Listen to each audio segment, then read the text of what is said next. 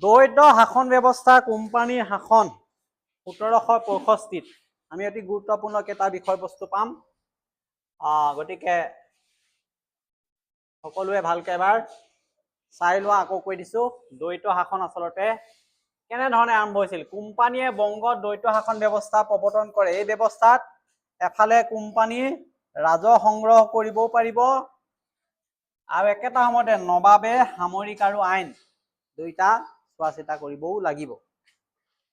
এইটো এটা দ্বৈত শাসন, দুই ধৰণৰ শাসন।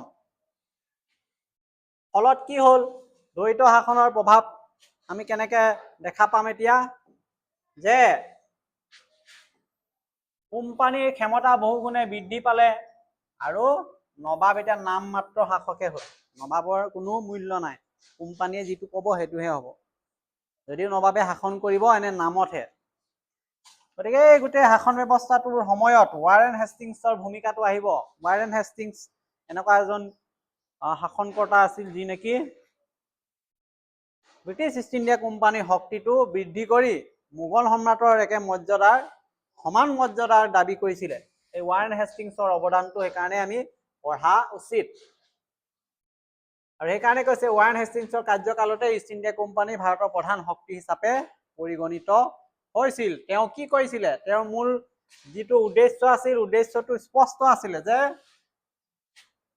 তেওঁ মোগল সম্ৰাটৰ তলতীয়া নবাবসকলক উচতাইছিলে স্বাধীনতা ঘোষণা কৰিবলৈ, যে মোগলৰ শাসন মানিব নালাগে, মোগলৰ শাসন উফৰাই দিয়া, এতিয়া আমাৰ তলত থাকিব লাগিব, মোগলৰ কোনো কাম নাই। নিজকে মোগল সম্ৰাটৰ সমমৰ্যাদাৰ দাবী কৰিলে। আৰু সেইকাৰণে তেওঁলোকে কি কৰিলে, কোম্পানীৰ শাসন ব্যৱস্থাটো তিনিটা স্থানৰ পৰা চলোৱাৰ ব্যৱস্থা কৰিলে। তিনিটা কেন্দ্ৰ প্ৰতিষ্ঠা কৰিছিলে, যিটোক আমি প্ৰেচিডেন্সি বুলি ক'ম। তিনিটা কেন্দ্ৰ কি কি পৰীক্ষাত আহিব, কোম্পানীৰ শাসন পৰিচালনা কৰা তিনিটা প্ৰধান কেন্দ্ৰ কি কি সকলোৱে জনা উচিত। তিনিটা প্ৰধান কেন্দ্ৰ হ'ল কোম্পানীৰ প্ৰশাসন ব্যৱস্থাৰ কলিকতা 1 নম্বৰ, বোম্বাই 2 নম্বৰ, মাদ্ৰাজ। গতিকে কলিকতা, বোম্বাই, এতিয়া মুম্বাই কয়, আৰু মাদ্ৰাজ, এই তিনিটা স্থানৰ পৰা কোম্পানী এতিয়া গোটেই দেশ শাসন কৰাৰ যিটো পৰিকল্পনা সম্পূৰ্ণ প্ৰস্তুত কৰিলে। এই যে তিনিটা কেন্দ্ৰ, এই কেন্দ্ৰ তিনিটাক প্ৰেচিডেন্সি বুলি কৈছিলে। এইটো আহিব, প্ৰেচিডেন্সি আচলতে কি, প্ৰেচিডেন্সি কি, এতিয়া আমি ক'ব লাগিব কোম্পানীয়ে প্ৰধান তিনিটা তেওঁলোকৰ শাসন কেন্দ্ৰ কলিকতা, বোম্বাই, মাদ্ৰাজৰ পৰা যিটো প্ৰশাসন ব্যৱস্থা নিয়ন্ত্ৰণ কৰিছিলে, গোটেই ব্যৱস্থাটো কি কয় তেতিয়াহ'লে, প্ৰেচিডেন্সি। এই চেণ্টাৰ কেইটাক প্ৰধান শাসক আছিলে প্ৰেচিডেন্ট, যেনেকে এতিয়া ৰাষ্ট্ৰপতি আছে, তেতিয়া প্ৰেচিডেন্ট আছিলে শাসন ব্যৱস্থাত। আৰু গোটেই শাসন ব্যৱস্থাটোক প্ৰেচিডেন্সি বুলি কোৱা হৈছিলে।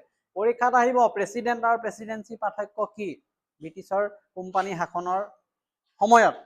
এতিয়া প্ৰেচিডেন্সি মানে গোটেই শাসন ব্যৱস্থাটো, তিনিটা কেন্দ্ৰ মুম্বাই, কলিকতা, মাদ্ৰাজৰ পৰা যে কোম্পানী শাসন কৰিছিলে, এই গোটেই শাসন ব্যৱস্থাটো হ'ল প্ৰেচিডেন্সি। আৰু এই শাসন তিনিটা কেন্দ্ৰত যে এজন এজন মানুহ নিয়োগ কৰিছিলে, সেইজন প্ৰেচিডেন্ট। এইটো অতি গুৰুত্বপূৰ্ণ তথ্য আমি লাভ কৰিলো।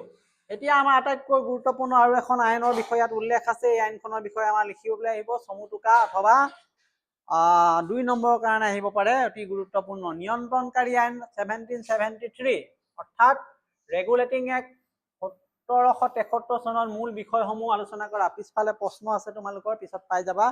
গতিকে আইনখনৰ মূল বিষয়বস্তুটো আমি জানি লওঁ। 1773 চনৰ ৰেগুলেটিং এক্ট, নিয়ন্ত্ৰণকাৰী এক্ট, কেনেকে নিয়ন্ত্ৰণ কৰিব ব্ৰিটিছ ইষ্ট ইণ্ডিয়া কোম্পানীয়ে প্ৰশাসন ব্যৱস্থাটো চোৱা চিতা কৰিব। তাৰ মূল বিষয়বস্তুটো বংগৰ গভৰ্ণৰক গভৰ্ণৰ জেনেৰেল উপাধি দিয়া হ'ল। গভৰ্ণৰ জেনেৰেল হৈ গ'ল, তেওঁ জেনেৰেল এতিয়া, সকলোৰে কাৰণে তেওঁৰ ক্ষমতা বেছি হ'ব। ৰেগুলেটিং এক্ট 1773 ফাৰ্ষ্ট যিটো পইণ্ট আছে মনত ৰাখিব লাগিব, বংগৰ গভৰ্ণৰক কি বুলি ক'ব এতিয়া, গভৰ্ণৰ জেনেৰেল। 2 নম্বৰ কথা, বাকী দুটা বোম্বাই আৰু কলিকতা, মাদ্ৰাজক এই গভৰ্ণৰ জেনেৰেলৰ তলতে কৰা হ'ল। কথাটো বুজি পালানে? তিনিটা আছিলে কৈছে চেণ্টাৰ, এটা হ'ল কলিকতা, এটা হ'ল মুম্বাই বা বোম্বাই, এটা হ'ল মাদ্ৰাজ।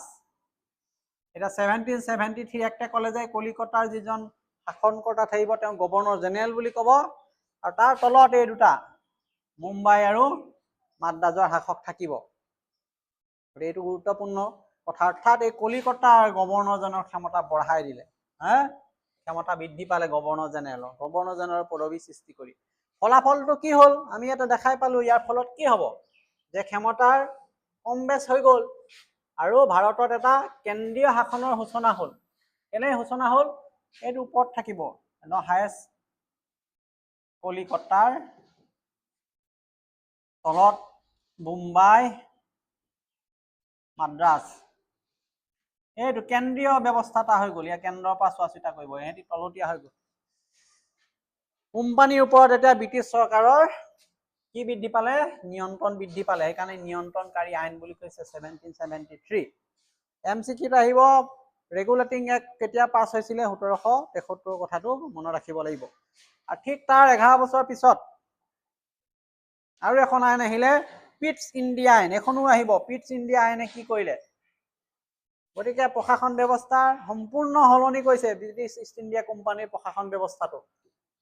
ৰেগুলেটিং এক্টৰ যোগেদি গভৰ্ণৰ জেনেৰেলৰ পদবী সৃষ্টি কৰি কলিকতা বা বংগৰ গভৰ্ণৰৰ ক্ষমতা বেছি বৃদ্ধি কৰিলে, তলতীয়া কৰিলে মুম্বাই আৰু মাদ্ৰাজক। এতিয়া পৰৱৰ্তী আকৌ 11 বছৰ পিছত, 10 বছৰ পিছত আৰু এখন নতুন আইন আহিলে, পিটছ ইণ্ডিয়া এক্ট। এই পিটছ ইণ্ডিয়া এক্ট কি আহিব পৰীক্ষাত লিখিবলৈ? তেতিয়া লিখিব লাগিব পিটছ ইণ্ডিয়া এক্ট ভাৰত শাসনৰ ক্ষেত্ৰত আন এক গুৰুত্বপূৰ্ণ আইন আছিল। চনটো মনত ৰাখিব লাগিব 1784। আৰু 1773 কি আহিছিলে? Regulating act. 1784 কি আহিলে তেতিয়া? পিটছ ইণ্ডিয়া এক্ট। গতিকে আইনবিলাক এখনৰ পিছত এখন একাদিক্ৰমে। এইটো 1773 কৈ আছো ৰেগুলেটিং এক্ট, এটা 1784 কৈছো পিটছ ইণ্ডিয়া এক্ট। এইটো চিৰিয়েলটো আমি মনত ৰাখিব লাগিব। কিতাপত চাই ল'বা, তোমালোকে গম পাই যাব। এতিয়া পিটছ ইণ্ডিয়া এক্টৰ বিষয়বস্তুটো কি আছিলে আমি আকৌ এবাৰ চাওঁ যে পিটছ ইণ্ডিয়া এক্টেনো কি কৰিলে? ৰেগুলেটিং এক্টেটো গভৰ্ণৰ জেনেৰেলৰ ক্ষমতা বঢ়াই দিছিলে, বঢ়াইছিলে নাই? এতিয়া পিটছ ইণ্ডিয়া এক্টে কি কৰিলে? সেইটো আহিব পৰীক্ষাত। কি কৰিলে? এই আইনৰ দ্বাৰা ভাৰতত 2 স্তৰীয় শাসন ব্যৱস্থা গঢ়ি উঠিলে। পাৰ্থক্য লিখিব লাগিব। ৰেগুলেটিং এক্টে কি কৈছিলে? একতৰপীয়া, একদম কেন্দ্ৰীয় চৰকাৰ থাকিব ওপৰত। ইয়াৰ পাৰ্থক্যটো সেই 2 তৰপীয়া কৰি দিলে পিটছ ইণ্ডিয়া এক্টে, যে কোম্পানী থাকিব, ভাৰত শাসন কৰিব, ব্ৰিটিছ চৰকাৰ থাকিব আৰু কোম্পানীক নিয়ন্ত্ৰণ কৰিব। সেইজানে দুটা লেয়াৰ কৰি দিলে।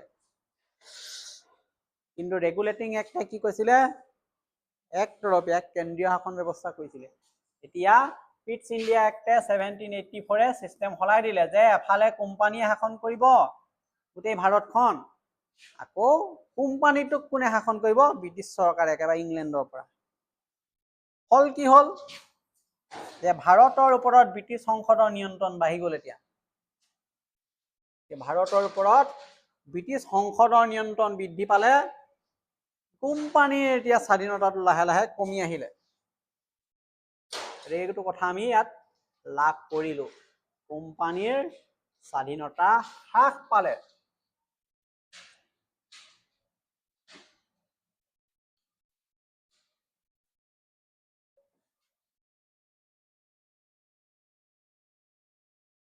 এইটো চেপ্টাৰ অলপ দীঘলীয়া, ইয়াৰ বিষয়বস্তুটো অতি বহল, আৰু প্ৰতিটো বস্তু যদি ভালকে নাজানো পিছত বুজিবলৈ জটিল হ'ব। আমি ইয়াৰ পিছত যিটো চিপাহী বিদ্ৰোহ আহিব, চিপাহী বিদ্ৰোহৰ পিছত যিটো প্ৰশাসনিক সংস্কাৰ হৈ গ'ল, সাল সলনি হৈ গ'ল গোটেই, তেতিয়া এই আইন কেইখনৰ বিষয়বস্তুটো আমাক লাগি যাব। সেইকাৰণে আগতেই পঢ়ি নগ'লে পিছত বুজিবলৈ টান হ'ব।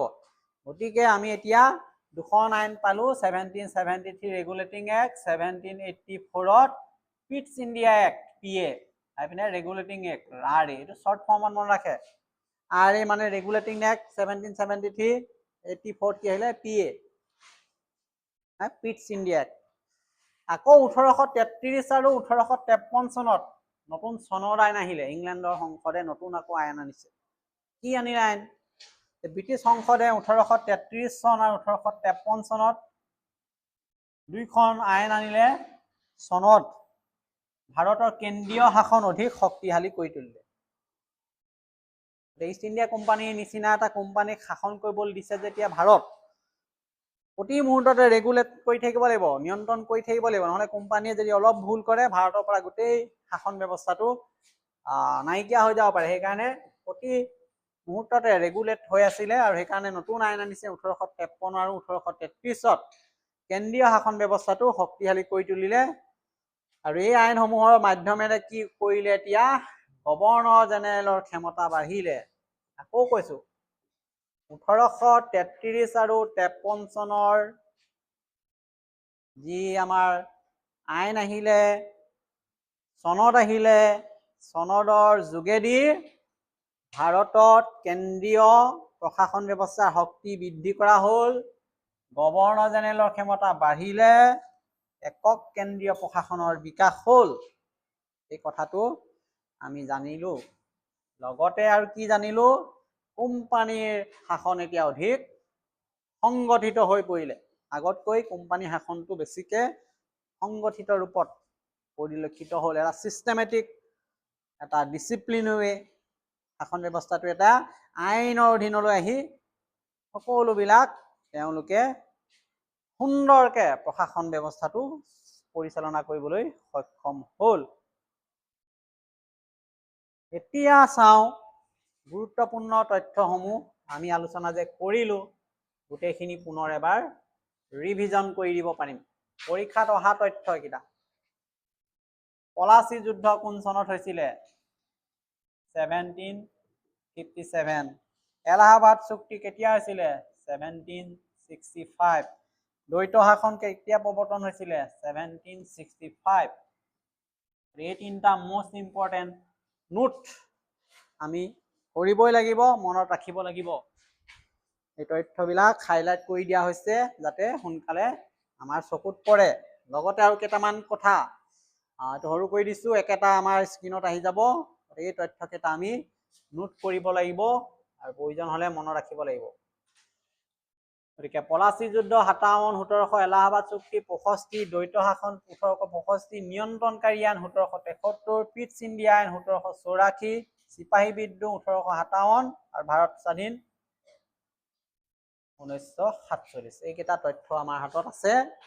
সকলো এই তথ্যকেইটা মনত ৰাখিব লাগিব। MCQ হওক, অন্যান্য যিকোনো প্ৰশ্নই হওক, ইয়াৰ পৰা আহিলে আমি লিখিব পৰাকে।